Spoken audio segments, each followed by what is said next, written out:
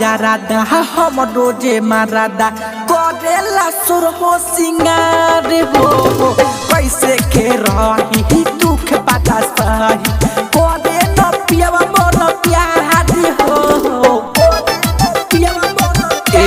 हो सखी खैले बाजारादा हम रोजे मारादा करेला सुर हो सिंगार हो कैसे के रही दुख बाटा सही करे न पियावा हो प्यार के करहला हमको दिए उठल लिया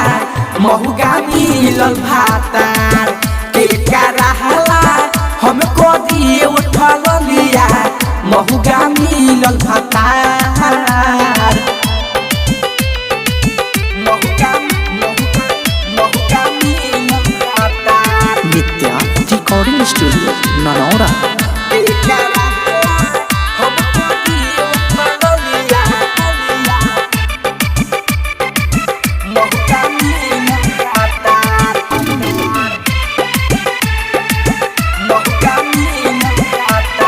खींची के सुतेला हम रोजे अचारा बानर के जैसन बनावे अपन चेहरा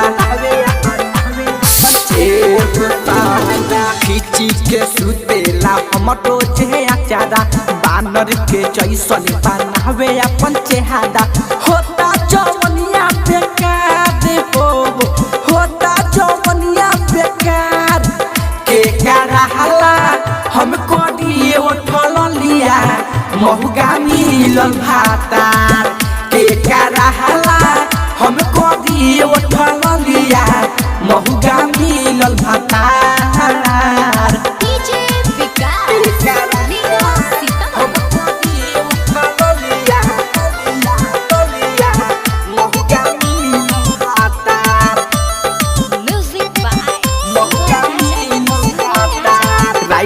राइटर लकी पूछो ना कहद प्रेमी रूपेश से ना मन मोरा भादे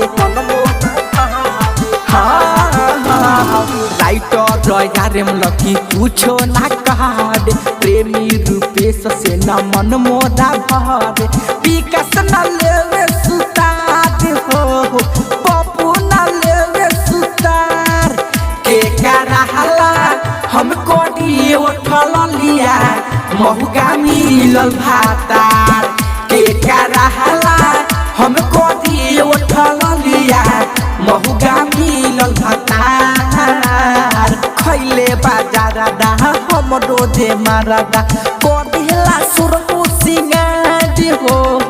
कैसे के रही दुख बाटा सही करे न पियावा हो प्यार